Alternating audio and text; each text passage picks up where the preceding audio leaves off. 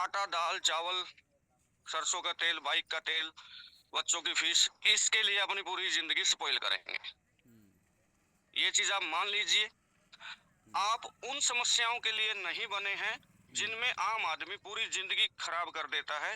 वो सिर्फ पूरी लाइफ में 40 साल 50 साल दिहाड़ी मजदूरी नौकरी करते करते करते करते और जब इस संसार से जाता है तो उसकी जेब में 1 लाख रुपया नहीं होता, उसके बैंक अकाउंट में 1 लाख रुपया तक नहीं होता, और वो सारी ताउम्र अपनी गुजार देता है छोटी छोटी छोटी छोटी समस्याओं को से बाहर निकलने के लिए।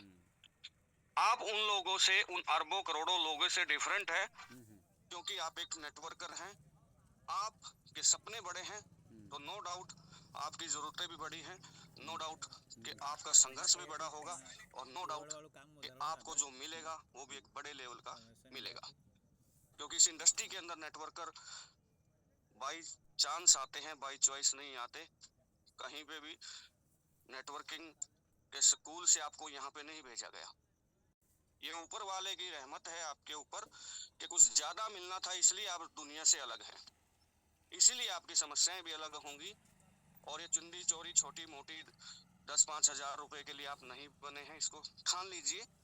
एक संघर्ष के अंदर आप हैं, और वो एक संघर्ष जो है कुछ समय का और बाकी है आपका। उसके बाद आपकी जो लग्जरी लाइफ शुरू होने जा रही है उसमें कोई डाउट नहीं है, कोई संदेह नहीं है, कोई शंका नहीं है। ये जो आपके सामने जो तस्वीर दिखाई दे रही है, ये जो चक्रव्यूह जो लिखा हुआ है, इसमें दोनों ही चीजें हैं। आप एक मदमस्त हाथी की तरह अपने लक्ष्य पे आगे बढ़ते रहिएगा, और ये चक्रव्यूह वक्रव्यूह ये सब जो है तमाम मुश्किलें छट जाएंगी, हट जाएंगी।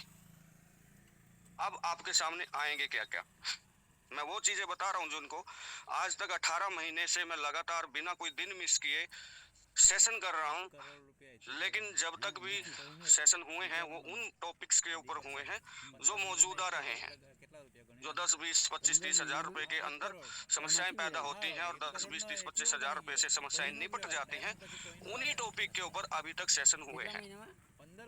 लेकिन मैं जो आपको अवगत करवा रहा हूँ, आप अपने आप को एक उच्च लेवल का एक सक्सेस व्यक्ति, एक लखपति करोड़पति व्यक्ति मान करके चलिए, तब जाके आपको ये समस्याएं भी समझ में आएंगे और इनका सॉल्यूशन भी समझ में आएगा। आज हमारे हिंदुस्तान के अंदर जितने भी साथी इर्द गिर्द आप जब देख पा रहे हैं, सबसे पहले जिस चक्कर में फंसे हुए हैं वो है बैंकों का मायाजाल। बैंकों के मायाजाल में वही व्यक्ति फंसता है जिसके पास पैसे की कमी है। समझना मेरी बात को, जिसके पास अथाह संपत्ति है वो तो बैंकों का पैसा यूज करता है, हजारों करोड़ों रुपए का लोन लेता है और सरकार में चंदा दे करके लोन माफ करवा लेता है। बड़ी बड़ी फर्में बंद हो जाती हैं, हजार हजार करोड़ के लोन माफ हो जाते हैं, लेकिन कॉर्पोरेट के होते हैं, आम आदमी किसान मजदूर के तो 5 रुपए भी माफ नहीं होते। तो ये जो बैंकों का माया जाल है, इससे आप समझना, इससे बचेंगे कैसे? जब आपके पास धन का अभाव होगा, जब आपकी जेब खाली होगी, जब आपका गुर्बत के दिन होंगे, तो ऐसी स्थिति में आपके दिमाग में ख्याल डाल दिया जाता है सोशल मीडिया के माध्यम से, यूट्यूब के माध्यम से, स्मार्ट वीडियोस के माध्यम से, एआई टूल्स के माध्यम से, कर लो क्रेडिट कार्ड स्वैप, उठा लो लोन। बैंकों के अलावा हजारों एनबीएफसी कंपनियां हैं जो नॉन बैंकिंग सेक्टर्स में काम करती हैं, हाई रेट इंटरेस्ट के ऊपर आपको इतनी गुर्बत इन लोगों ने दिखा चुके हैं आम आदमी को जकड़ने के लिए। 1,000 रुपए के आपको लोन दिए जा रहे हैं, 2-2 हजार रुपए के आपको लोन दिए जा रहे हैं, 5-5 हजार रुपए के आपको लोन दिए जा रहे हैं, ताकि आप उस चक्कर में एक बार फंस जाएं। एक बार 5 का चस्का लग गया तो 50 का भी लग जाएगा, 50 का लग गया तो 2 लाख का भी चस्का लग जाएगा, और बाकी की तमाम उम्र आपकी अपने सपनों को पूरा करने के बजाय उन किस्तों को पूरा करने में बीत जाएगी। Am I right sir? Yes sir, yes sir, right गुरुदेव। अब समझने की बात यह है, इसका एक ही सोल्यूशन है, इसका सोल्यूशन है, अगर आप कामयाब व्यक्ति हैं, सक्सेस व्यक्ति हैं, तो आपको इनको चिंदी चोरी लोन की आवश्यकता ही नहीं पड़ेगी। आज आप देखना बजाज फिनसर्व जैसी कंपनियां आपको एक क्लिक में, चाहे आपकी घर की आमदनी 5,000 रुपए महीना क्यों ना हो, आपको एप्पल का फोन दिलाने के लिए तत्पर खड़ी है। इस बैंकों के माया जाल से आपको समझना है, अलर्ट रहना है। आमदनी के हिसाब से सिस्टम को रखना है ताकि आपको परेशानी ना हो, आपके मन में गलत विचार ना हो। इतना इजी इन्होंने बैंकों ने आम आदमी की पहुंच कर दिया है। अब शहर जाने की जरूरत नहीं है, बाइक वाले लोग घर से ही किस्त ले जाते हैं और घर पे ही पैसा दे जाते हैं। आधार कार्ड, राशन कार्ड वगैरह वगैरह ये सब इसीलिए बनाया गया है ताकि आप उस चक्करों में आसानी से फंस जाएं। तो पहला क्लियर ये कर लीजिए कि धन के अभाव में ही लोन लिया जाता है और बाकी का जीवन उसको भरने में, चुकाने में निकल जाता है। दूसरी मैं बात करूंगा, अलर्ट रहने की आवश्यकता है। मेडिकल इंडस्ट्री का मायाजाल, यहाँ पे भी दो पहलू होते हैं। मेडिकल साइंस अलग चीज है, मेडिकल इंडस्ट्री अलग चीज है। दोनों को समझाता हूँ। आपको बुखार है, आप हल्दी वाला दूध पीजिए, ये मेडिकल साइंस है। लेकिन आप डॉक्टर के पास जाते हो, वो बुखार की दवाई देने के बजाय ये बोल देता है कि ग्लूकोज के बगैर तो बुखार उतरता ही नहीं है आजकल, इंजेक्शन के बगैर तो उतरता ही नहीं है। ये मेडिकल इंडस्ट्री है। एक आदमी के हार्ट को ठीक किया जा सकता है कुछ ऐसी दवाएं दे करके जो उसकी ब्लॉकेज को दूर करे। ये मेडिकल साइंस है जो आपको उन दवाओं के बारे में बताएगी कि आप ये चीज लीजिए, आप आयुर्वेद के अंदर लहसुन लीजिए, अदरक लीजिए, ये काढ़ा पीजिए। ये मेडिकल साइंस है। लेकिन अगर डॉक्टर बोल देता है कि नहीं भैया, ये तो 2 घंटे का मेहमान है, फटाफट से इसका सर्जरी होगा, इसको स्टंट डलेगा और फटाफट से 5 लाख रुपए जमा करवाइए, बाकी के बाद में बताते हैं, ये मेडिकल इंडस्ट्री है। जिस चीज में आपको 10 रुपए में आराम हो सकता है, उस चीज के ऊपर अगर 1000 रुपए डॉक्टर लगवा रहे हैं तो वो मेडिकल इंडस्ट्री में काम कर रहे हैं।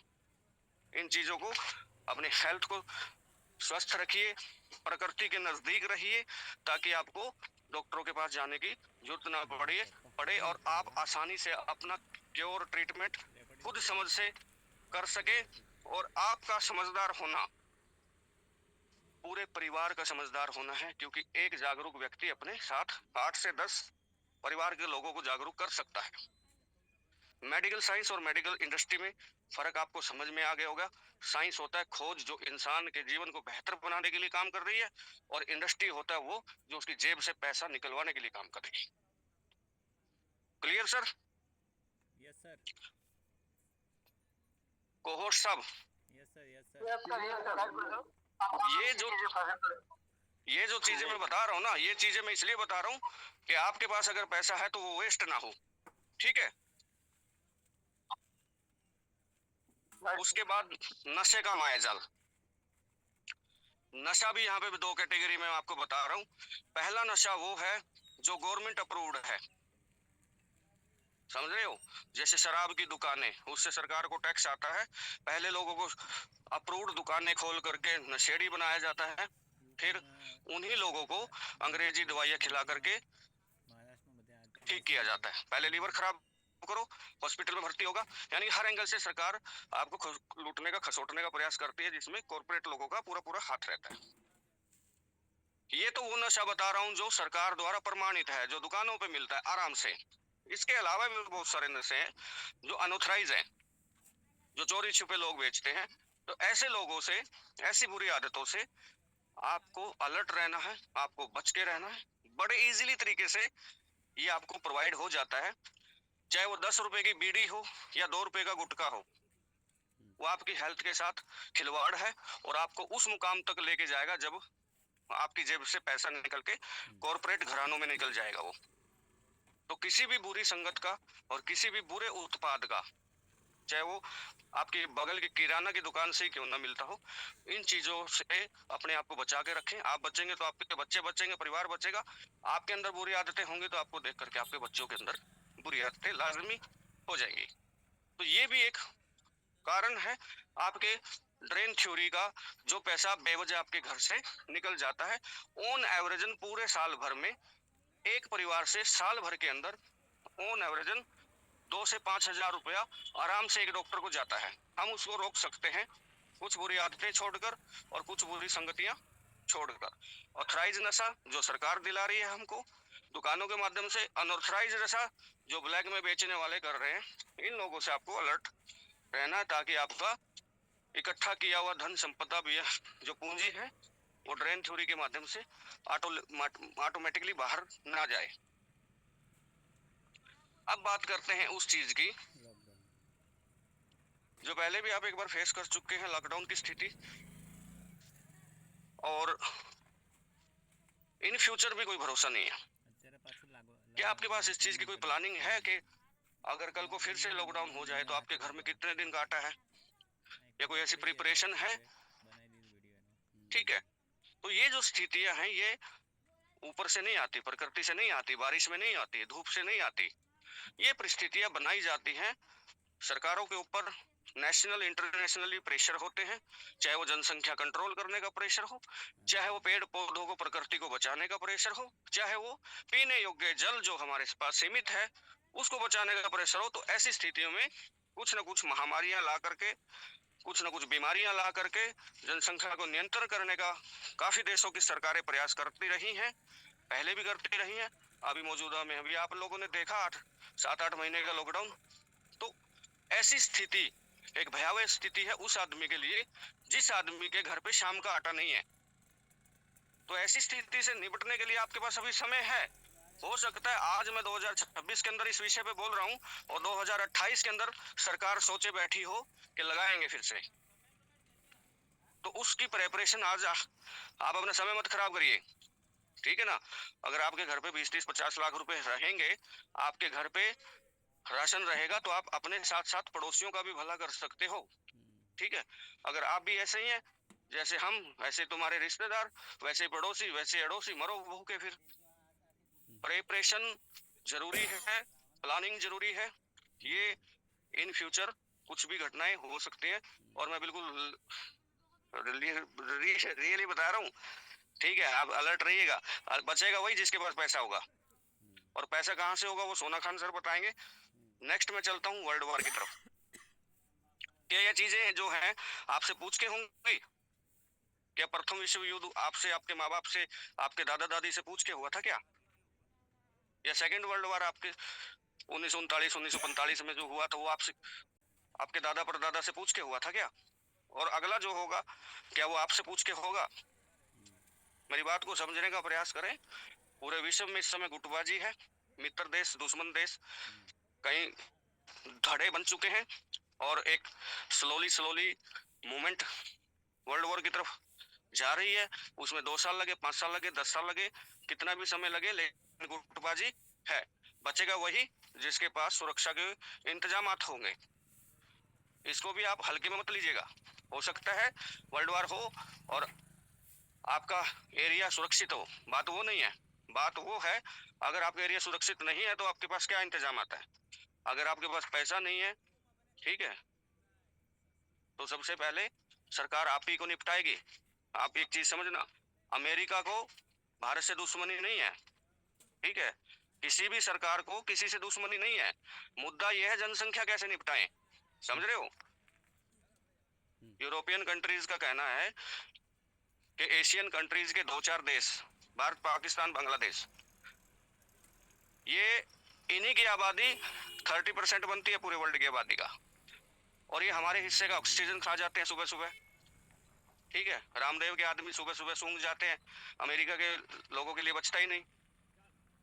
इनका कहना है कि आप पृथ्वी के ऊपर सीमित पानी है, आप हमारे हिस्से का पानी पी जाते हैं, पेड़ पौधे जंगल जो हवा बनाते हैं वो खा जाते हैं, समझ रहे हो। तो समस्या यहाँ है कि जहाँ पे पॉपुलेशन ज्यादा है उसको निपटाया जाएगा, आप इसको रोक नहीं सकते, ठीक है। और ये सभी सरकारों के अंदर खाते बैठकें होंगी, मीटिंगें होंगी, कहाँ से निपटाना है, समझ रहे हो मेरी बात। तो बचेगा कौन? बचेगा वो जिस आदमी के पास बचने के संसाधन होंगे, ठीक है। इधर से उधर होने के आपके पास गाड़ियां होंगी, इधर से उधर होने के लिए आपके पास पैसा होगा। अभी जस्ट विश्व स्वरूप राय चौधरी जिन्होंने यूट्यूब के ऊपर वीडियो डाला था कि अगर वर्ल्ड वॉर के अंदर परमाणु युद्ध होता है तो वही आदमी बचेंगे जो जमीन के नीचे रह रहे होंगे, कम से कम 10 फीट नीचे। तो ये बताओ आपके पास है अपने आपके घर से अलग? जो 15वें माले पे रहते हैं वो खोद लेंगे जमीन के नीचे का, समझ रहे हो। तो जमीन खरीदने के लिए भी पैसा चाहिए। तो इन चीजों से प्रिपरेशन रखो, ये सब संभावनाएं हैं और मेरे सेशन का मतलब यही है कि जो पैसा आप जल्दी से जल्दी 5 साल में 10 साल में कमाना चाहते हो ना, वो पैसा आप 1 साल 2 साल में यहाँ से कमा के इन सभी आपदाओं को आप अंडर कवर कर सकते हैं, आप इनको अवॉइड करके बच सकते हैं। फूड क्राइसिस 5 मिनट भी नहीं लगेगी फूड क्राइसिस होने में। इसको समझो कैसे होता है ये। मान लीजिए कॉर्पोरेट के लोग